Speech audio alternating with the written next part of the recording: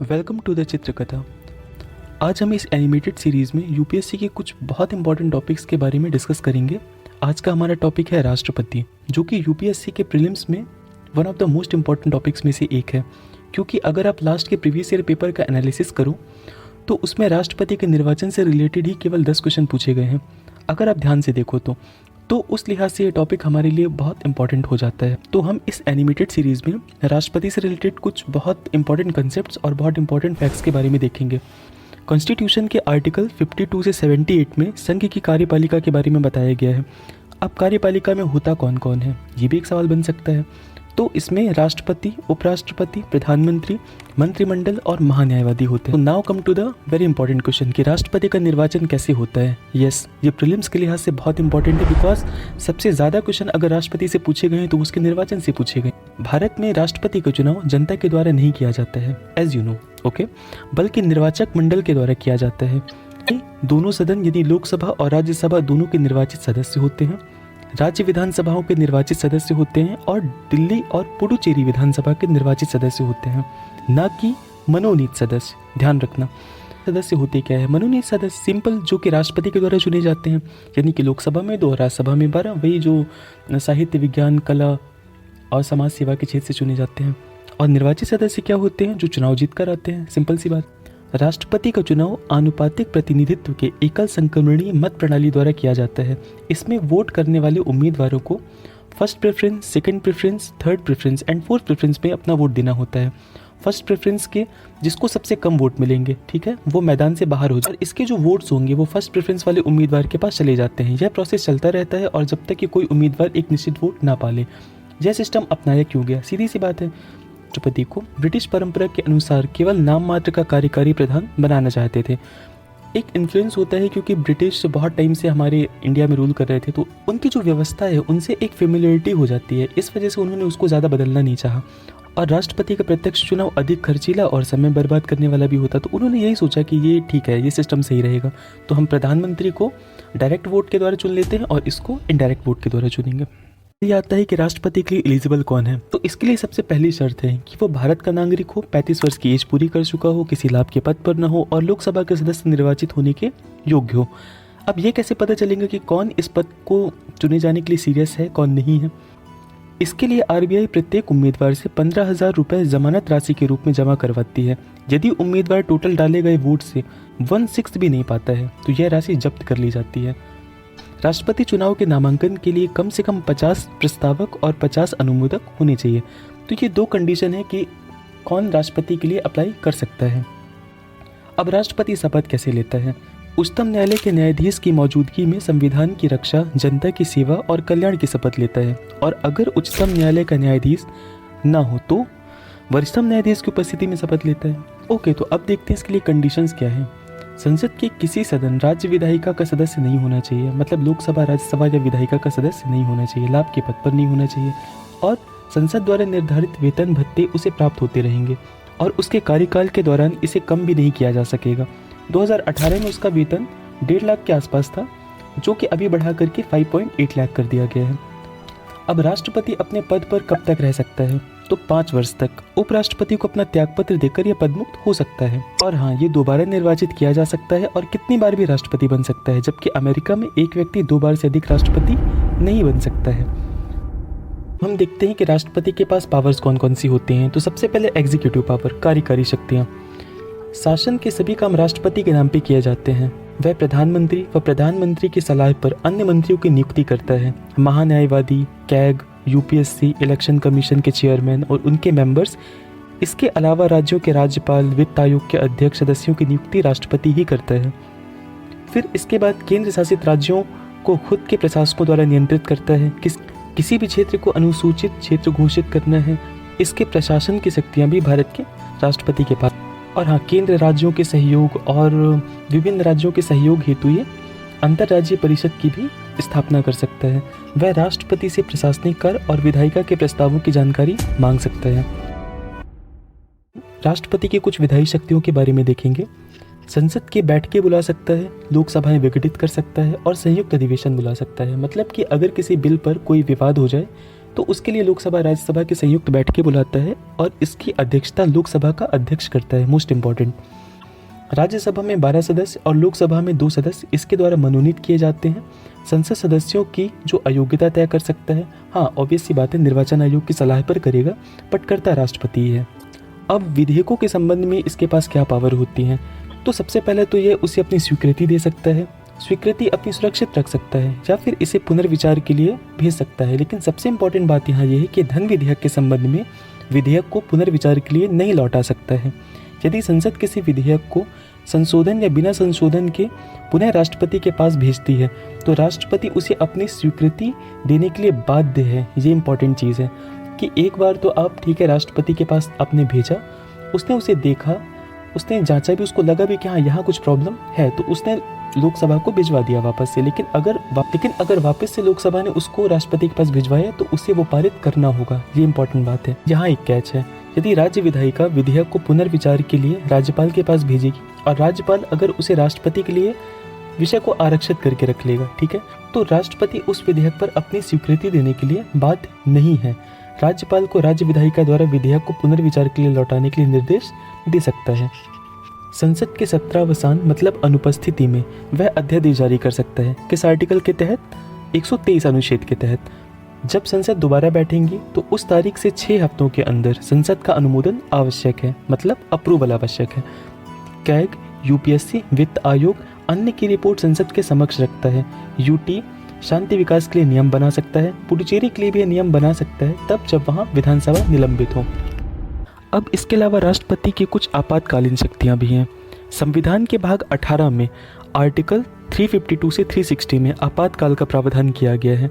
And you know that ये 3 प्रकार के होते हैं। पहला 352, सबसे पहला 352 यह बाह्य आपातकाल के नाम से इसको जाना जाता है। मतलब अगर देश में युद्ध है, बाह्य आक्रमण हो गया, सशस्त्र विद्रोह के कारण या उसकी आशंका भी है तो राष्ट्रपति इस आपातकाल की घोषणा कर सकता है। ओके, अब आर्टिकल 356 सशस्त्र विद्रोह या आंतरिक आपातकाल।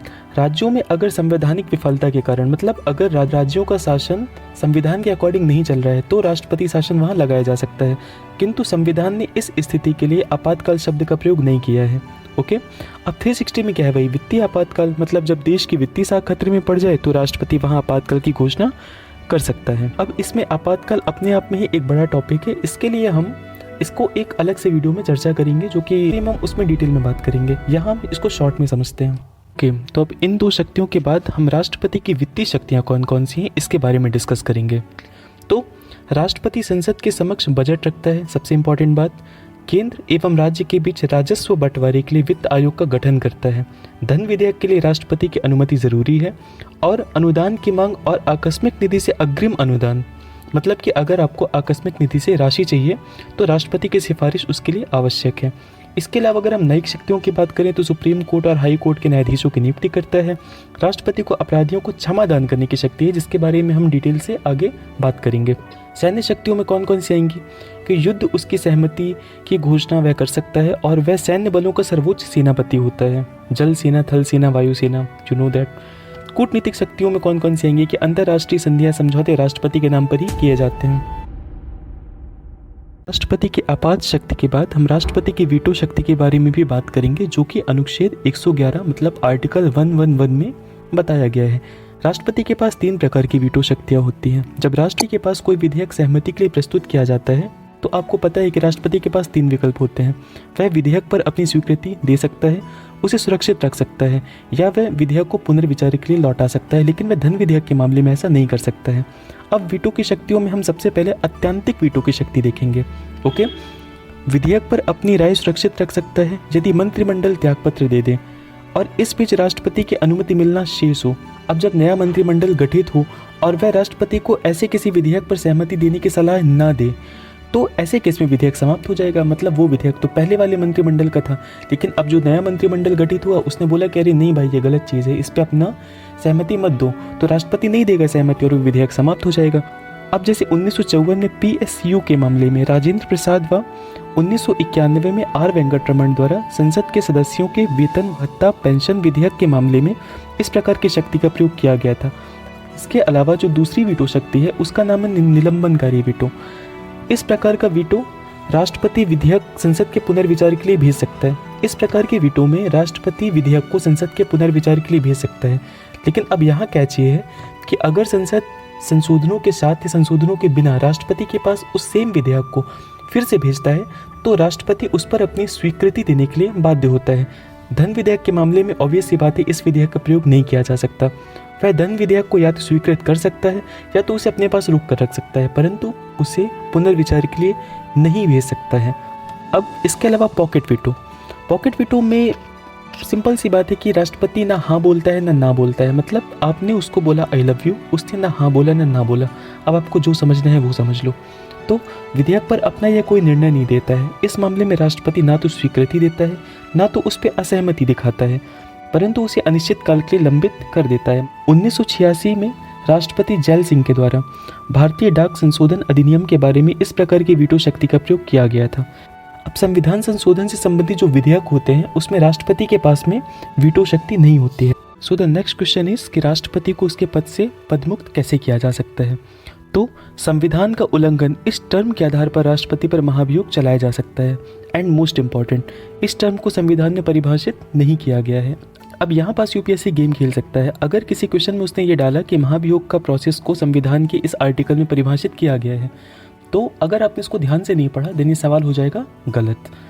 तो किसी भी सदन में महाभियोग प्रारंभ किया जा सकता है, लेकिन इन आरोपों पर 1/4 सदस्यों के हस्ताक्षर होने चाहिए और यह प्रस्ताव 2/3 बहुमत से पारित होने के बाद ही दूसरे सदन में भेजा जा सकता है। और अगर दूसरे सदन को भी लगता है कि आरोप सही है और यह प्रस्ताव दूसरे सदन में भी 2/3 बहुमत से पारित हो जाता है तो राष्ट्रपति को अपने पद से हटना होगा।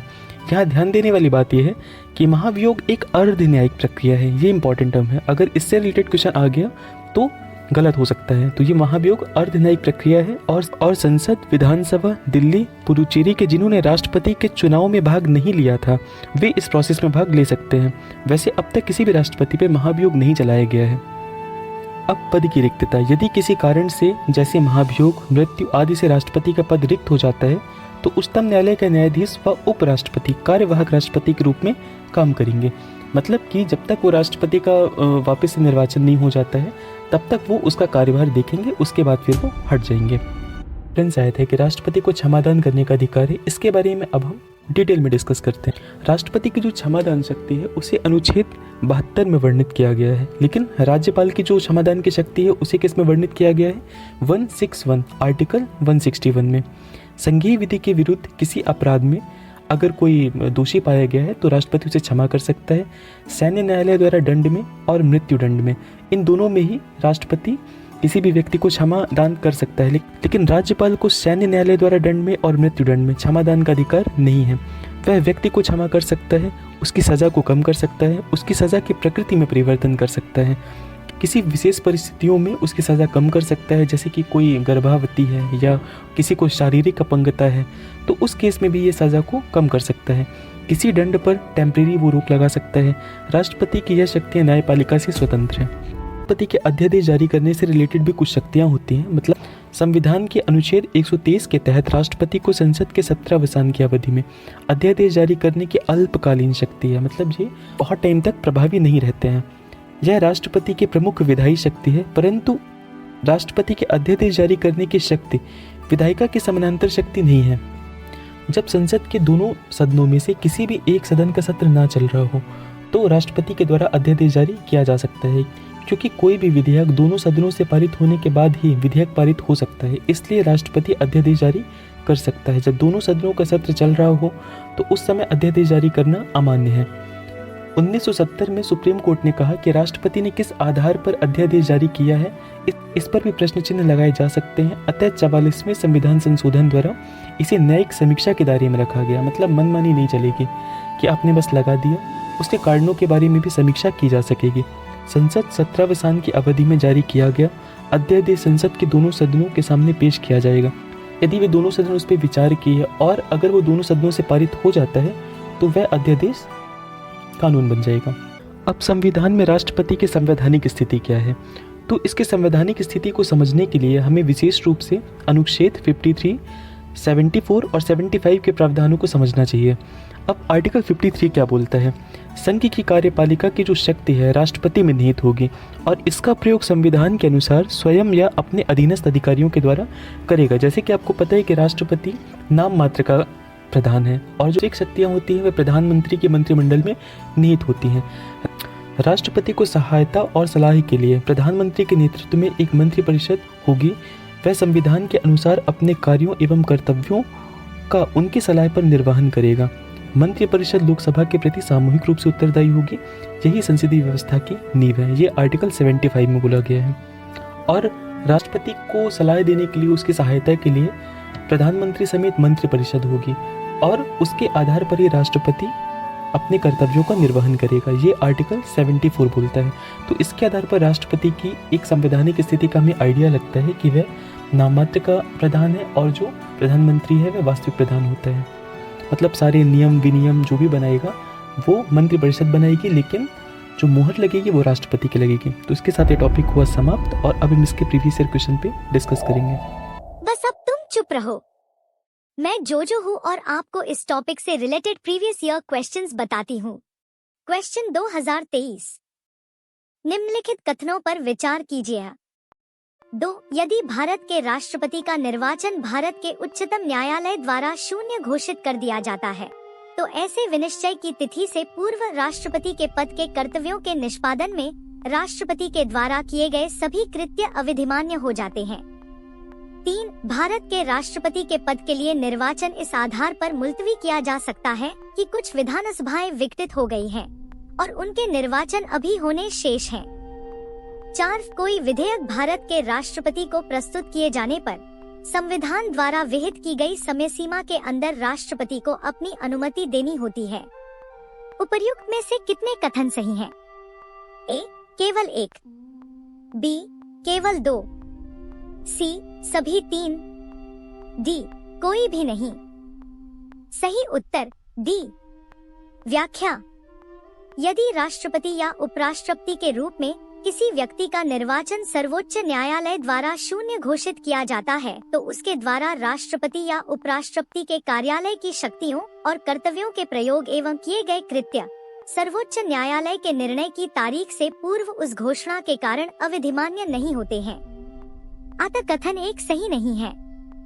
जब विधानसभा भंग हो जाती है तो सदस्य राष्ट्रपति निर्वाचन में मतदान करने के योग्य नहीं रह जाते हैं, भले ही राष्ट्रपति निर्वाचन से पूर्व विघटित विधानसभा के नवीन निर्वाचन न हुए हों। इस प्रकार राष्ट्रपति का निर्वाचन इस आधार पर स्थगित नहीं किया जाएगा कि कुछ विधानसभाएं भंग कर दी गई हैं। अतः कथन 2 सही नहीं है। विधेयकों पर सहमति है। जब कोई विधेयक संसद के सदनों द्वारा पारित कर दिया जाता है तो उसे राष्ट्रपति के समक्ष प्रस्तुत किया जाता है। ऐसे में राष्ट्रपति या तो यह घोषणा करेगा कि वह विधेयक पर अपनी सहमति देता है या वह उस पर सहमति रोक लेता है, बशर्ते यह विधेयक धन विधेयक न हो। राष्ट्रपति विधेयक पेश करने के बाद सदनों को इस अनुरोध के साथ लौटा सकता है कि वे विधेयक या उसके किसी निर्दिष्ट प्रावधान पर पुनर्विचार करेंगे एवं विशेष रूप से विधेयक पर विचार करेंगे। जब कोई विधेयक इस प्रकार लौटाया जाता है तो सदन तदनुसार विधेयक पर पुनर्विचार करेगा एवं यदि विधेयक सदनों द्वारा संशोधन के साथ या बिना संशोधन के फिर से पारित किया जाता तो राष्ट्रपति वित्तीय मामलों से संबंधित मामलों में अपनी एक सहमति नहीं रोकेंगे। अतः कथन 3 सही नहीं है। Q.2 भारत के राष्ट्रपति के निर्वाचन के बारे में निम्नलिखित कथनों पर विचार कीजिए। 1. संसद के दोनों में से किसी भी सदन या राज्यों की विधानसभाओं में नाम निर्दिष्ट किए गए सदस्य निर्वाचक मंडल में शामिल किए जाने के लिए भी अर्ह है। 2. निर्वाच्य विधानसभा सीटें जितनी अधिक होती हैं, उस राज्य के प्रत्येक एमएलए के वोट का मान भी उतना ही अधिक होता है। 3. मध्य प्रदेश के प्रत्येक एमएलए के वोट का मान केरल के प्रत्येक एमएलए के वोट के मान से अधिक है। 4. पुदुचेरी के प्रत्येक एमएलए के वोट का मान अरुणाचल प्रदेश के प्रत्येक एमएलए के वोट के मान से अधिक है, क्योंकि अरुणाचल प्रदेश की तुलना में पुदुचेरी में कुल जनसंख्या का निर्वाच्य सीटों की कुल संख्या से अनुपात अधिक है। उपर्युक्त में से कितने कथन सही है? A. केवल 1, C. केवल 3, B. केवल 2, डी सभी 4। सही उत्तर है ए। व्याख्या विधायकों के वोट का मान अलग अलग राज्यों में अलग अलग होगा, क्योंकि ऐसे प्रत्येक वोट के मान की गणना नीचे बताई गई प्रक्रिया द्वारा की जाती है। हालांकि सभी सांसदों के वोट का मान एक समान होता है। भारत के राष्ट्रपति के निर्वाचन के संदर्भ में निम्नलिखित कथनों पर विचार कीजिए। 1. प्रत्येक एमएलए के वोट का मूल्य अलग अलग राज्य में अलग अलग होता है। 2. लोकसभा के सदस्यों के वोट का मूल्य राज्यसभा के सदस्यों के वोट के मूल्य से अधिक होता है। उपर्युक्त कथनों में से कौन सा से सही है? ए. केवल 1, बी. केवल 2, सी. 1 और 2 दोनों, डी. न तो 1 न ही 2। सही उत्तर है ए। Question number 4। किसी राज्य में राष्ट्रपति शासन की उद्घोषणा के निम्नलिखित में से कौन से परिणामों का होना आवश्यक नहीं है? 1. राज्य विधानसभा का विघटन। 2. राज्य के मंत्रिपरिषद का हटाया जाना। 3. स्थानीय निकायों का विघटन। नीचे दिए गए कूट का प्रयोग कर सही उत्तर चुनिए। ए. केवल 1 और 2, बी. केवल 1 और 3, सी. केवल 2 और 3, डी. 1, 2 और 3। सही उत्तर बी। व्याख्या राष्ट्रपति शासन की स्थिति में राज्य कार्यपालिका बर्खास्त हो जाती है तथा राज्य विधायिका या तो निलंबित हो जाती है अथवा विघटित हो जाती है। राज्य की कार्यकारी व विधायी शक्तियां केंद्र को प्राप्त हो जाती हैं। अतः राष्ट्रपति शासन के आवश्यक परिणामों में केवल राज्य की मंत्रिपरिषद का हटाया जाना है। अतः विकल्प बी सही है। Question number 5। एक भारतीय संविधान के अनुसार भारत के राष्ट्रपति का यह कर्तव्य है कि वे निम्नलिखित में से किनको संसद के पटल पर रखवाएं? 2. संघ वित्त आयोग की सिफारिशों को। 3. लोक लेखा समिति के प्रतिवेदन को। 4. नियंत्रक महालेखा परीक्षक के प्रतिवेदन को। 5. राष्ट्रीय अनुसूचित जाति आयोग के प्रतिवेदन को। निम्नलिखित कूटों के आधार पर सही उत्तर चुनिए। ए. केवल 1, बी. केवल 2 और 4, सी. केवल 1, 3 और 4, डी. 1, 2, 3 और 4। सही उत्तर है सी। व्याख्या भारत में राष्ट्रपति के द्वारा संघ वित्त आयोग की सिफारिशों, नियंत्रक महालेखा परीक्षक के प्रतिवेदन तथा राष्ट्रीय अनुसूचित जाति आयोग के प्रतिवेदन को संसद के पटल पर रखवाया जाता है, जबकि लोक लेखा समिति एक संसदीय समिति है जिसका कार्य नियंत्रक महालेखा परीक्षक की वार्षिक रिपोर्ट की जांच करना है तथा यह अपनी रिपोर्ट लोकसभा अध्यक्ष को सौंपता है। इस प्रकार उपरोक्त प्रश्न के संदर्भ में विकल्प सी सत्य है। भारतीय संविधान के अनुच्छेद 281 के तहत राष्ट्रपति वित्त आयोग की सिफारिशों को संसद के प्रत्येक सदन के समक्ष रखवाता है। संविधान के अनुच्छेद 151(1) के अंतर्गत राष्ट्रपति नियंत्रक महालेखा परीक्षक के प्रतिवेदन को संसद के प्रत्येक सदन के समक्ष रखवाएगा। संविधान के अनुच्छेद 338(6) के तहत राष्ट्रपति राष्ट्रीय अनुसूचित जाति आयोग के प्रतिवेदन को संसद के प्रत्येक सदन के समक्ष रखवाएगा। Question number 6। एक निम्नलिखित कथनों पर विचार कीजिए। 1. राष्ट्रपति भारत सरकार का कार्य अधिक सुविधापूर्वक किए जाने के लिए और मंत्रियों में उक्त कार्य के आवंटन के लिए नियम बनाएगा। 2. भारत सरकार की समस्त कार्यपालिका कार्रवाइयां प्रधानमंत्री के नाम से की हुई कही जाएंगी। उपर्युक्त कथनों में से कौन सा से सही है? ए. केवल 1, बी. केवल 2, सी. 1 और 2 दोनों, डी. न तो 1 और न ही 2। व्याख्या सही उत्तर है ए। संविधान के अनुच्छेद 77(3) में यह स्पष्ट किया गया है कि राष्ट्रपति भारत सरकार का कार्य अधिक सुविधाजनक रूप से किए जाने के लिए और मंत्रियों में उक्त कार्य के आवंटन के लिए नियम बनाएगा। अतः कथन 1 सत्य है। संविधान के अनुच्छेद 77(1) के तहत भारत सरकार की समस्त कार्यपालिका कार्रवाई राष्ट्रपति के नाम से की हुई कही जाएंगी, न कि प्रधानमंत्री के नाम से। अतः कथन 2 असत्य है। आप सबने एंजॉय किया। चलो अब मैं चलती हूँ, मिलते हैं अगले वीडियो में। तब तक के लिए अपना ध्यान रखना और जाते जाते सब्सक्राइब करते हुए जाना।